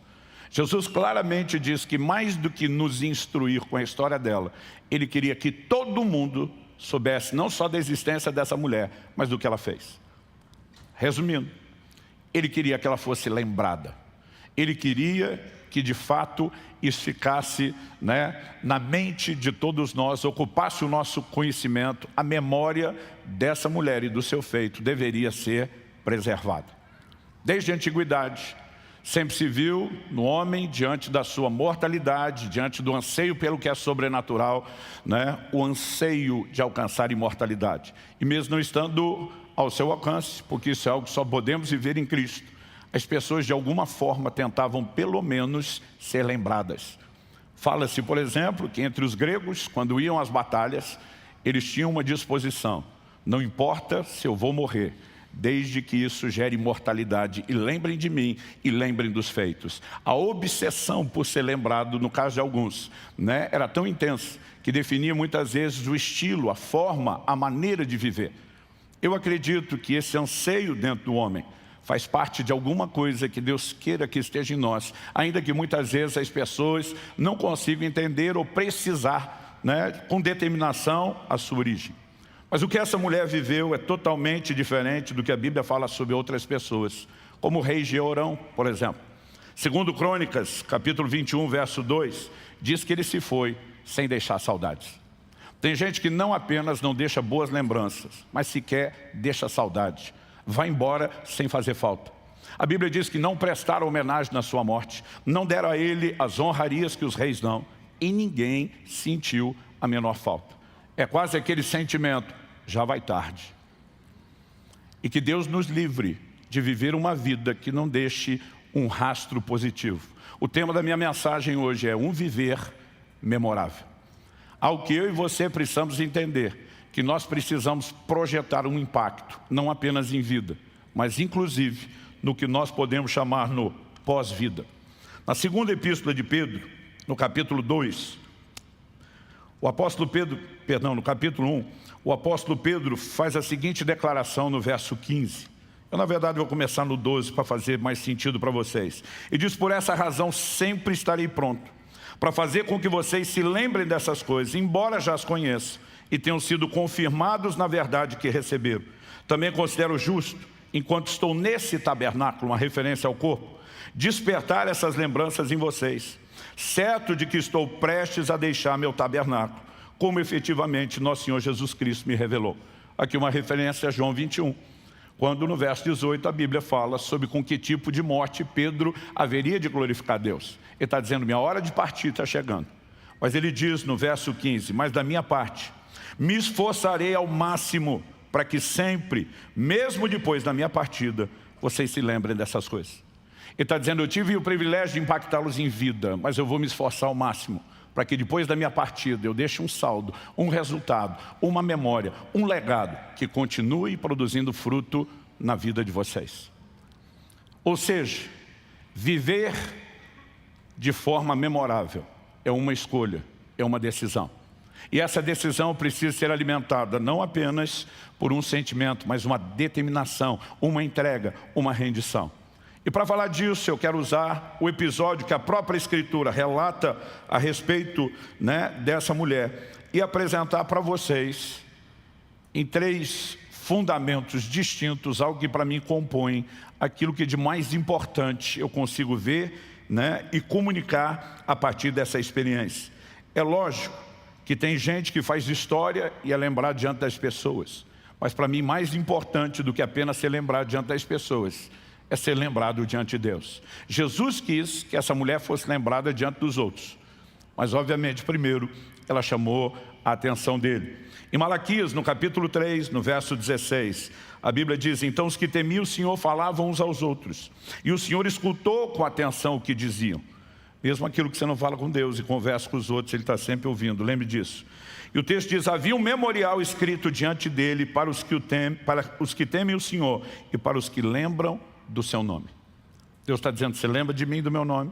Também tem um memorial diante de mim a seu respeito. Deus está dizendo, eu vou lembrar de você.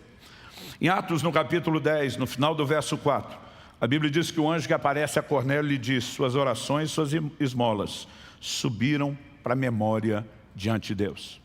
Obviamente, eu quero falar de um viver memorável que também seja diante da memória das pessoas, mas que em primeiro lugar seja aos olhos de Deus. E consequentemente, como efeito colateral diante das pessoas. E como eu disse, eu quero organizar isso e distinguir em 3 aspectos que eu acho que merecem nossa observação. Primeiro, eu quero destacar que não é o que cada um é como pessoa que determina o viver memorável. Segundo, eu quero destacar a ênfase de entender o que essa mulher fez, que eu resumiria na frase, dar o melhor a Jesus. Em terceiro e último lugar, eu quero destacar que eu e você precisamos de discernimento, de percepção espiritual para ver o que os outros não estão vendo. Eu acredito que esses ingredientes, embora não necessariamente esgotem, são suficientes para garantir que eu e você possamos ter um viver memorável. Então, em primeiro lugar, não é o que cada um é como pessoa. Às vezes a gente imagina que para que você tenha um viver memorável, você tem que nascer favorecido por determinadas coisas. Por uma posição social, né, privilegiada, por uma educação distinta, né, por pais, né, que fizeram um trabalho extraordinário, embora essas coisas de uma forma ou outra possam contribuir. Elas não são necessariamente uma exigência. A primeira coisa que eu quero destacar é que o texto está falando a respeito de uma mulher. E diferente de hoje, as mulheres não eram valorizadas naquela época. Para você ter ideia, quando a Bíblia diz que Jesus multiplicou pães, a Bíblia diz que ele alimentou uma multidão de 5.000 homens. E a Bíblia diz assim, fora mulheres e crianças. As mulheres e crianças não eram contadas. A posição delas na sociedade era muito distinta. E não estou falando apenas de funções específicas determinadas pela palavra, mas de um elemento cultural. Elas sofriam desprezo. Os discípulos ficam escandalizados quando chegam junto ao poço de Jacó em Sicar, Samaria, e vem Jesus conversando com a mulher. Tipo, como é que ele está dando atenção moral para uma mulher? Porque naquela cultura havia uma diferença gigantesca. E eu e você precisamos entender que essa mulher que talvez teria o desprezo da grande maioria, ela se torna memorável não só aos olhos de Jesus, mas ele diz que ela seria por todas as pessoas. Significa que eu e você não precisamos necessariamente ser favorecidos por uma circunstância, por um ambiente. Viver uma vida memorável depende de uma decisão, depende de uma escolha. Você pode dizer amém? A segunda coisa é que isso também não é fruto apenas do apoio que alguém te dá. Eu dou graças a Deus que no meu chamado para servir a Deus no ministério, né, meus pais não apenas me apoiaram, mas tiveram orgulho da minha decisão. Mas a verdade é que eu e você não precisamos depender do apoio de ninguém. As pessoas à volta dessa mulher a criticaram, a atacaram pelo que ela fez. A tradução que lemos diz que murmuraram contra ela. Mas quando você vai olhar o original grego, a palavra que melhor descreve aquilo que fizeram para com essa mulher é bramaram contra ela. O texto mostra que eles chegaram a levantar a voz, que eles gritaram com ela. Essa mulher foi hostilizada. Jesus precisou defendê-la, né? Ele se posiciona e diz no verso 6, deixem a mulher em paz. Tipo, chega, já deu a cota de pegação no pé. E ela não teve necessariamente o apoio e a compreensão de ninguém. Estamos falando do que seria a elite, a diretoria da igreja, em volta de Jesus, atacando essa mulher. Então, não é aquilo que você é como pessoa, não é necessariamente o ambiente, não é necessariamente o apoio que você pode ter das pessoas. É uma escolha, é uma decisão, que a gente pode chamar também de uma resposta para Deus. Quando eu olho para as Escrituras, eu vejo gente que pega o caminho inverso. E a Bíblia fala de gente que teve a sua memória apagada pela maneira errada como se conduziu. Por exemplo, Êxodo capítulo 17, verso 14. Então o Senhor disse a Moisés: escreva isso para a memória num livro e repita-o a Josué, porque eu vou apagar totalmente a memória dos amalequitas da face da terra. Deus disse: esses não serão apenas julgados, eu não vou permitir que eles sejam lembrados. E diz: eu vou eliminar não apenas eles, eu vou eliminar a memória deles, eu vou eliminar a lembrança deles. Salmo 34:16 diz: o rosto do Senhor está contra os que praticam o mal, para extirpar da terra a memória deles. Se deixar um estilo de vida, um viver memorável não fosse algo benéfico, Deus não falaria contra isso como uma palavra de juízo. No Salmo 109, dos versos 15 a 17, nós lemos: permaneçam ante os olhos do Senhor, para que faça desaparecer da terra a sua memória. De quem ele está falando? E diz: porque ele não se lembrou de usar de misericórdia, mas perseguiu o pobre e o necessitado, bem como o quebrantado de coração, para os entregar à morte. O Senhor diz: amou a maldição, que ela o apanhe. Não quis a bênção, que ela se afaste dele. Bênção ou maldição são escolhas que as pessoas fazem por meio da sua decisão. Deus diz: vai perseguir o pobre, vai perseguir o quebrantado de coração, não vai se lembrar de usar de misericórdia para com o necessitado. O Senhor diz: já que se amou a maldição, porque essas escolhas levam isso, ele diz que ela o apanhe. Não quis a bênção, que ela se afaste dele.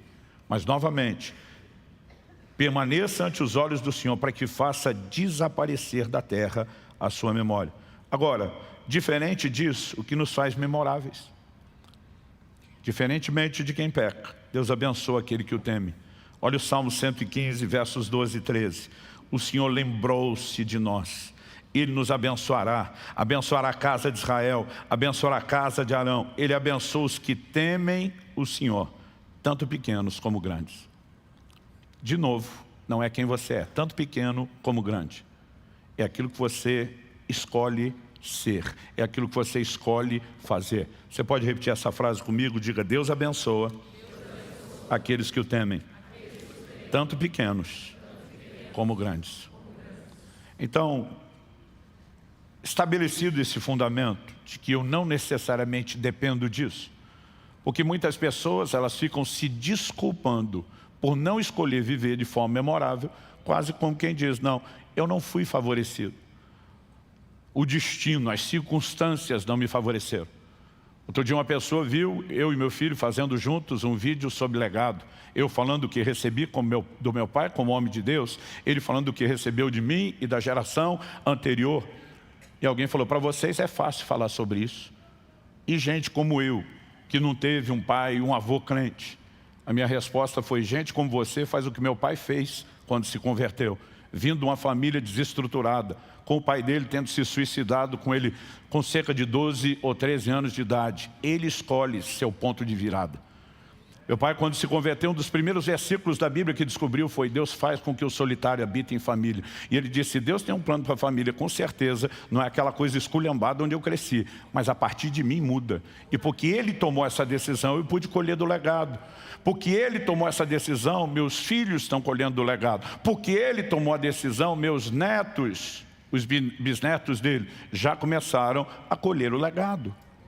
Então as pessoas às vezes ficam dando desculpa quando elas poderiam simplesmente fazer a escolha. Ah, eu não fui favorecido.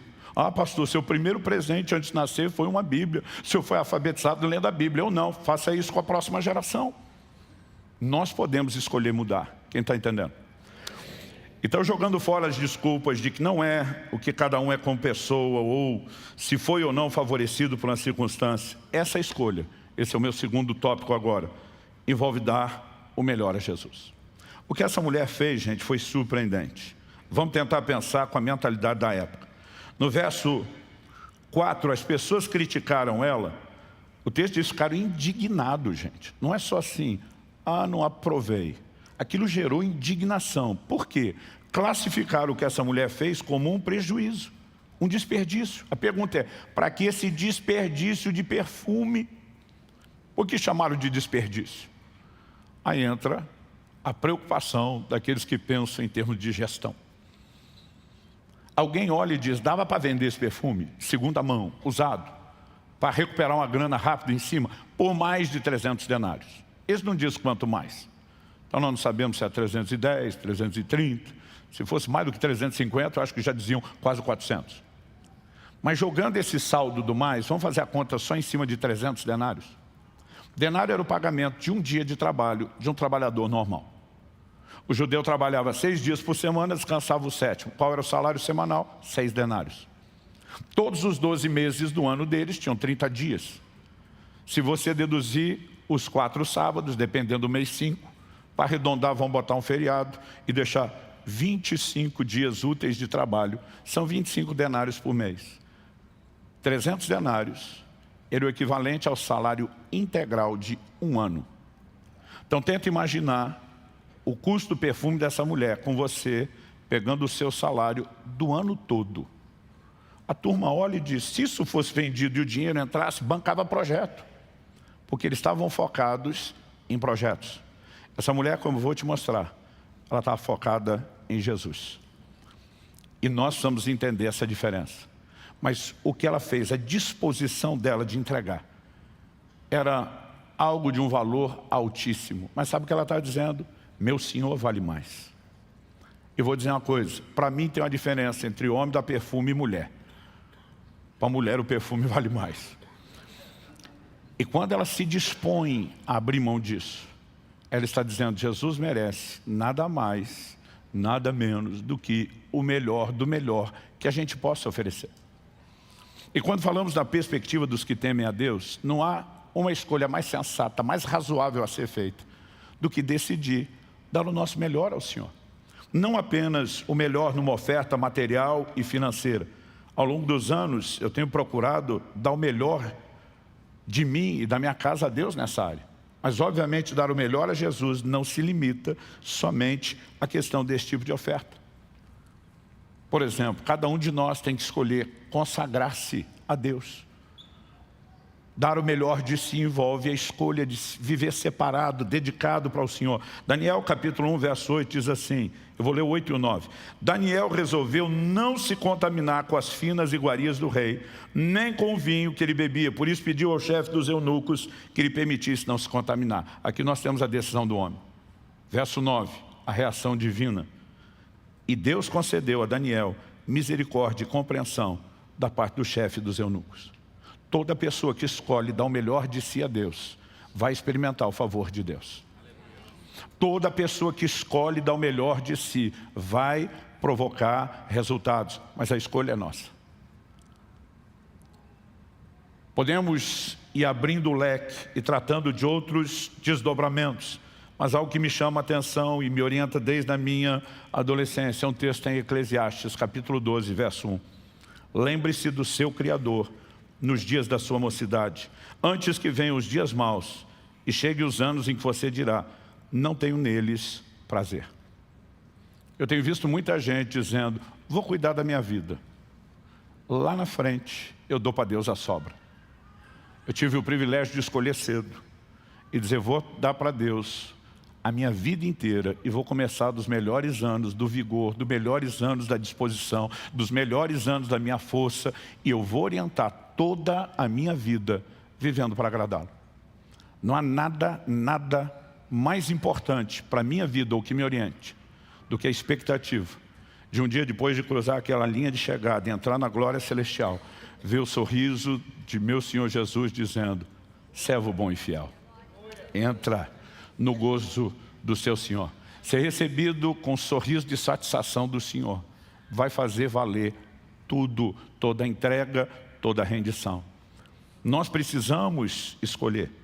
Agora, isso não fará de mim e de você necessariamente gente que vai ser aplaudida pelos outros. Gente que vai ser compreendida pelos outros. Ao longo de uma vida eu tenho sido chamado de fanático. Gente que não entende um estilo de vida de oração e de jejum, gente que não entende um estilo de vida de generosidade, gente que não entende a intensidade e a paixão pelo reino ou pelo exercício do ministério. Eu tenho sido criticado por colegas de ministério, de quem muitas vezes eu ficava dizendo, de você, do sindicato, eu tinha que ter compreensão, e não necessariamente oposição. Mas eu e você não precisamos do aplauso de ninguém. O que importa, no final das contas, é o sorriso no rosto de Nosso Senhor. Durante muitas vezes, em situações que temos que enfrentar como liderança. Minha conversa com o presbitério tem sido: o que nós precisamos é que o Senhor Jesus olhe para nós com um sorriso de satisfação. O único like que importa é o joinha dele para nós. É ele dizendo: eu me agrado das escolhas que vocês estão fazendo. Mas sabe, muitas vezes decisões de honrar o Senhor não vão ser compreendidas. Meus 2 filhos, graças a Deus, escolheram dar o primeiro beijo no altar. Nunca exigi isso deles. E graças a Deus, Deus deu a eles pessoas que fizeram a mesma escolha. Aliás, tem uma criatura ali sentada que eu preciso falar bem dele. Você é a resposta às minhas orações, cara. Os 2 vão casar em dezembro, gente. Pensa no pai de uma filha feliz e sem ciúmes. Aproveita o momento, que de vez em quando eu vou zoar de volta. Quando meus filhos tomaram essa decisão, eu não imaginei que isso seria alvo de tanta crítica. De gente dizendo: por quê? Eu digo: porque sim, porque é a escolha deles, não é uma exigência nossa. Nós nunca os obrigamos a isso. Eles decidiram se guardar puros. Eles decidiram permanecer num lugar que honre a Deus. Mas de repente, aqueles que poderiam dizer que bênção, talvez por se sentirem ofendidos não ter feito a mesma escolha, ou por acharem que a escolha de uns limita de outros, muitas vezes começam a atacar. Decisões simples que nós tomamos para honrar a Deus vão ser alvo de contradição.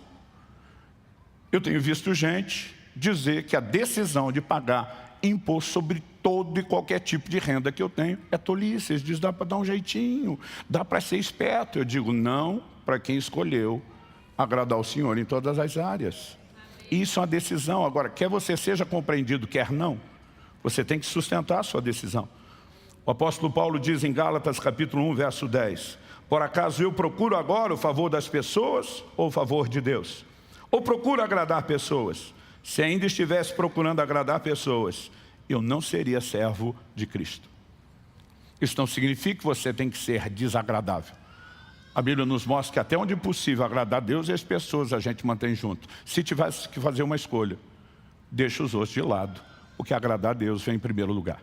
Quem está entendendo isso? Agora, para isso, eu e você precisamos de uma escolha, e a escolha tem que ser norteada por um entendimento. Essa mulher quebrou o vaso. O vaso de alabastro já tinha um certo valor, mas ela decidiu inutilizar o vaso.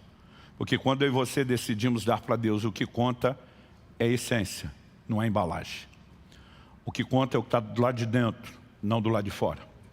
Quando eu olho para as Escrituras, eu vejo um paralelo nessa figura. Em 2 Coríntios, no capítulo 4, no verso 7, a Bíblia diz: temos, porém, esse tesouro em vaso de barro, para que a excelência do poder, para que se veja que a excelência do poder provém de Deus e não de nós.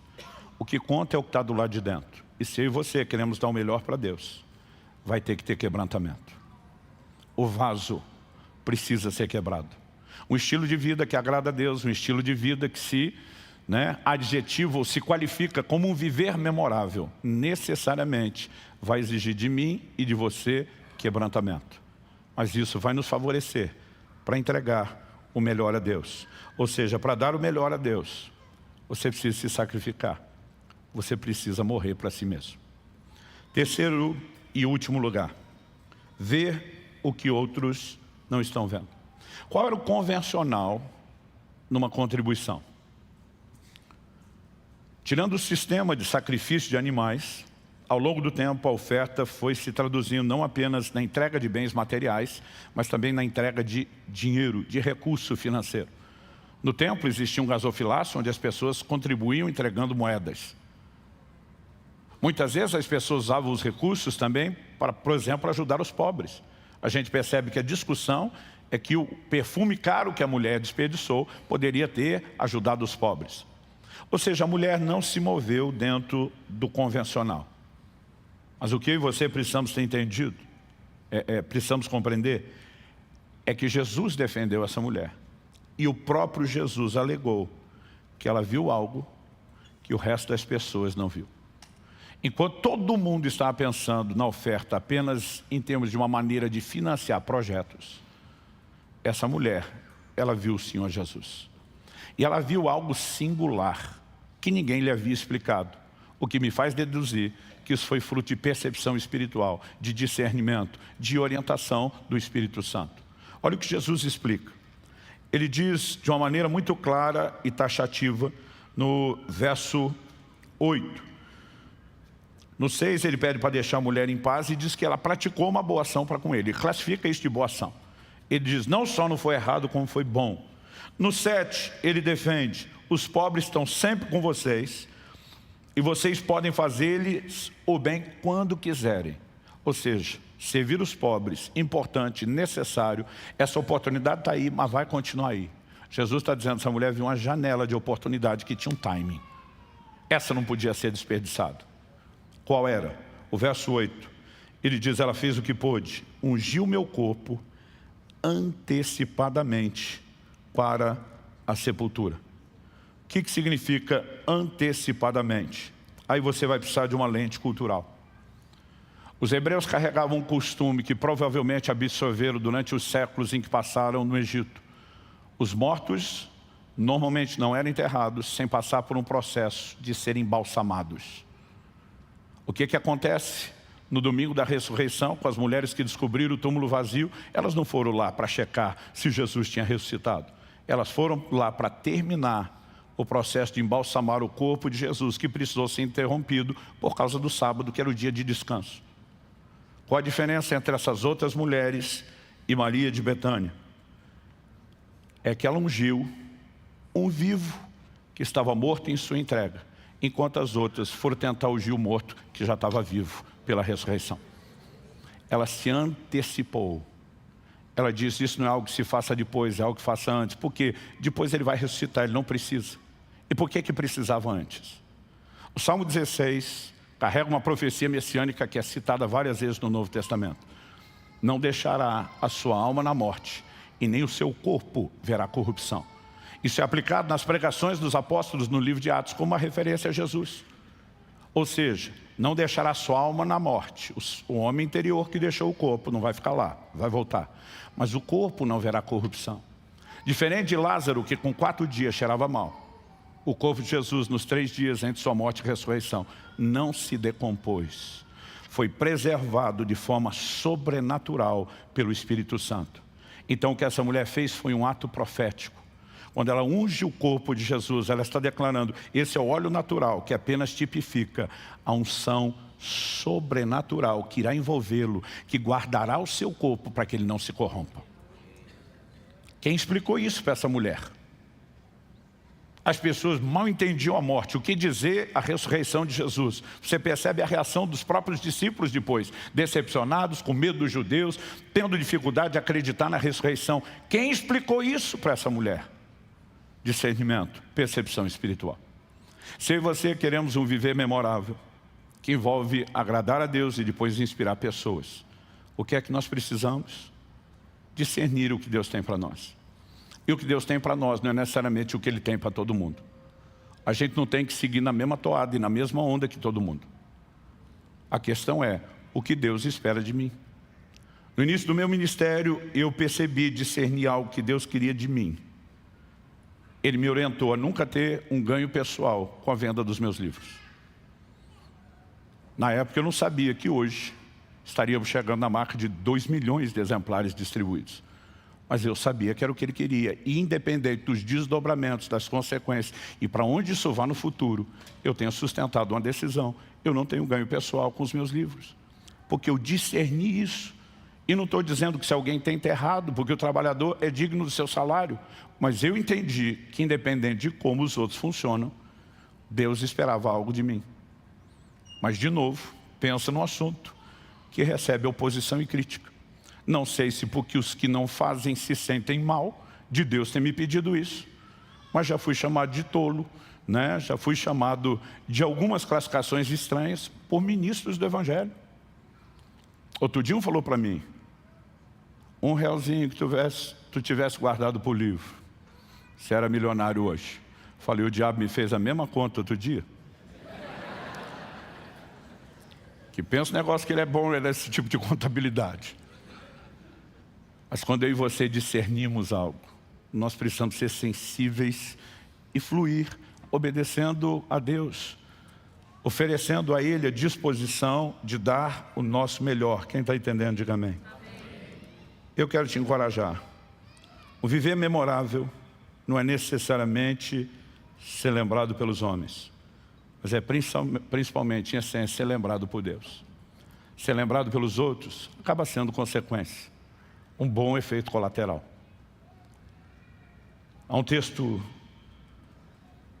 que me faz entender que a questão de memória, quando a Bíblia fala de Deus lembrar, não é porque tem amnésia, problema de lembrança, e de vez em quando funcionou, né, a mente dele. Mas é uma forma de Deus retratar o que nós podemos classificar como uma questão de justiça. Hebreus capítulo 6, verso 10 diz: porque Deus não é injusto para se esquecer do trabalho que vocês fizeram e do amor que mostraram para com o seu nome. E depois a Bíblia vai dizer: pois servistes e ainda servis os santos. Mas Deus está dizendo, não é o trabalho. O trabalho é consequência do quê? Do amor que vocês mostraram para comigo. E Deus está dizendo, é ruim, eu não sou injusto para esquecer. Quando você decide viver de uma forma memorável, você, por escolha, permanece na lembrança de um Deus que não apenas vai te favorecer, mas quando eu e você não estivermos mais aqui, Ele pode usar isso para que o impacto da nossa existência continue perpetuando pessoas. E tem gente que é a semelhança de Abel. Como a Bíblia diz de Abel, a gente pode dizer dessas pessoas, depois de morto, ainda fala. O que Hebreus, capítulo 13, verso 7 diz, para concluir aqui: lembrem-se dos seus líderes, os quais pregaram a palavra de Deus a vocês, e considerando atentamente o fim da vida deles, imitem a fé que tiveram.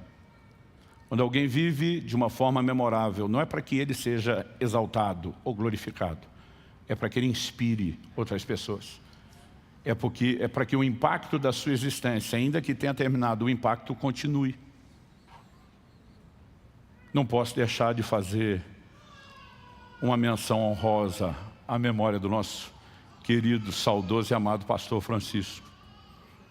Francisco foi uma das grandes influências de Deus na minha vida. E quando eu vejo alguém partir como ele partiu, deixando um rastro de um bom testemunho, de frutificação, de uma vida diferenciada, essas coisas me alimentam.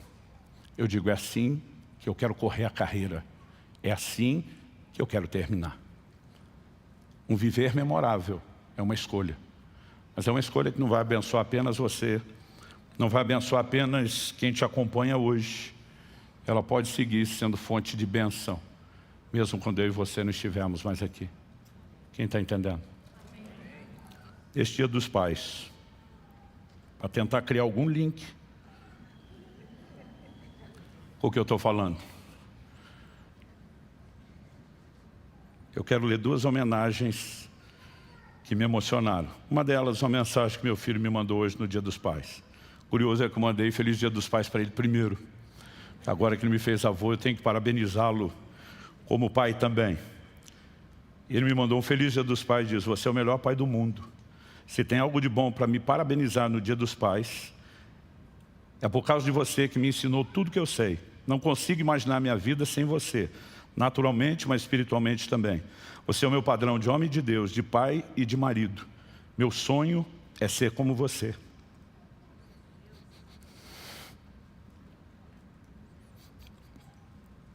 Eu fico feliz.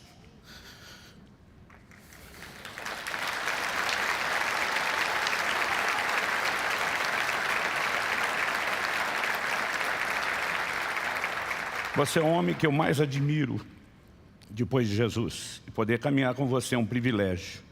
Quando eu leio a Bíblia e vejo os homens que Deus usou através da história, penso que eles são feitos do mesmo material que meu pai. Porque o jeito que você vive se encaixa naquelas páginas. Obrigado por ser meu pai. Eu te amo de todo o meu coração. Há uns dias atrás, minha filha postou algo. Eu quero pedir que vocês coloquem, por favor, essa imagem. Eu não sou de emocionar com qualquer coisa. Mas eu tinha acabado de ministrar numa conferência. E ela escreveu: poucas coisas nessa vida mexem com o meu coração, tanto quanto ver meu pai falando sobre a palavra de Deus. Ela diz: minha fé cresce Cadê? Minha fé cresce enquanto minha cara revela o tamanho da minha admiração e respeito por tudo o que ele carrega dentro de si. Incontáveis versículos e referências decoradas, anos compilados de cara na Bíblia, intimidade, estudo, zelo e obediência. E por mais que isso tudo esteja dentro dele, se torna tão evidente exteriormente à medida que ele ensina. Se eu que contemplo tudo isso, já me sinto tão realizado, imagino o sentimento de Deus ao ver seu próprio plano em ação. Eu fui obrigado a responder isso aqui para ela, já que ela abriu em rede social próximo. @Lissa Subirá, você me emocionou com seu comentário. Nunca me preocupei em ser observado por ninguém, exceto 2 pessoas a quem eu devia exemplo. O Israel Subirá e você. Vê-los crescidos, servindo a Cristo e ainda sendo encorajados, é uma alegria maior do que posso descrever. Te amo. A Deus toda a glória.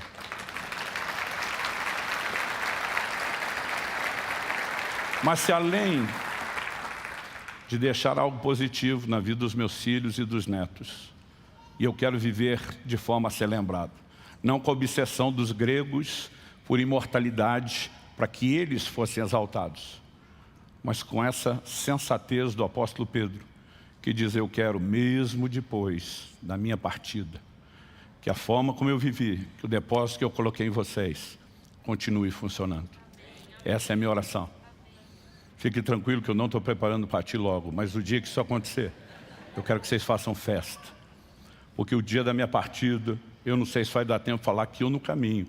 Eu vou dizer: combati o bom combate, encerrei a carreira, guardei a fé. E eu posso te garantir que essa decisão de viver de forma que honre ao Senhor e inspire aos outros, será mantida até o final da minha existência. Portanto, quando ela chegar, façam festa. Fiquem com dó de vocês, que ainda não vão estar onde eu estou. Vamos ficar em pé, vamos orar.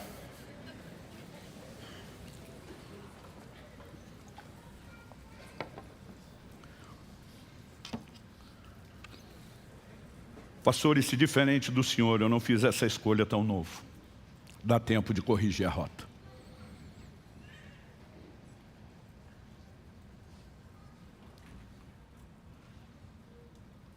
Você que está começando, pode garantir essas escolhas o mais rápido possível.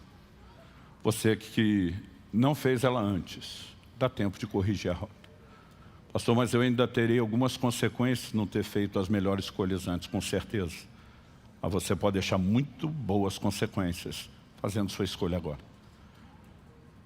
Eu sei que cada um de nós está num lugar diferente, numa fase e numa estação diferente da vida. Cada um de nós está numa fase, numa estação espiritual e de maturidade diferente.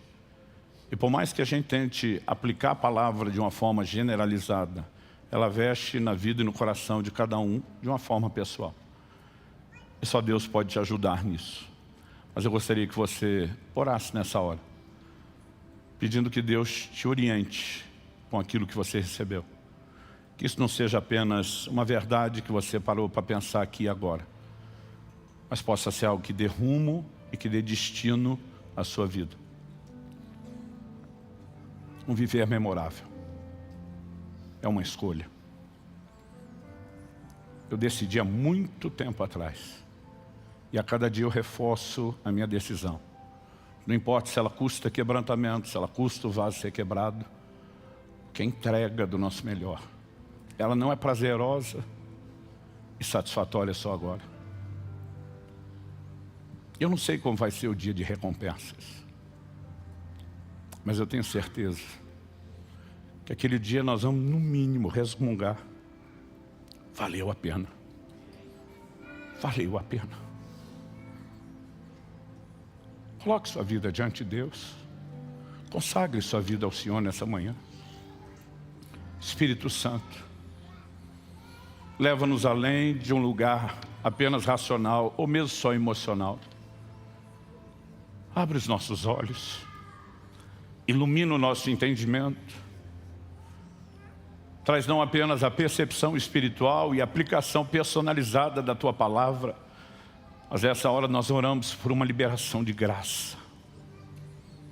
Pelo toque do Teu Espírito Santo na vida de cada um dos nossos irmãos e irmãs nesse lugar, assim como daqueles que nos acompanham pela internet. Oramos por um sopro de vida. Oramos por um momento de despertamento. Oramos por recursos que os auxiliem na correspondência. Nós queremos dar o nosso melhor, Senhor. Porque o Senhor é digno. O apóstolo Paulo declarou: se um morreu por todos, logo todos morreram. Ele fala isso depois de reconhecer que o teu amor nos constrange. Então ele afirma ali em 2 Coríntios, capítulo 5, verso 14, que os que agora vivem, devem viver para aquele que por eles morreu e ressuscitou. Nós não queremos apenas o benefício da salvação, de escapar da condenação do inferno e entrar no céu. Nós queremos nessa trajetória viver para Ti. Viver para Ti. Viver para Ti, Senhor. E ser lembrado primeiro diante do Senhor. E depois, como ato ou efeito colateral, deixar o resultado benéfico de ser lembrado pelos outros e deixar saudade atrás de nós.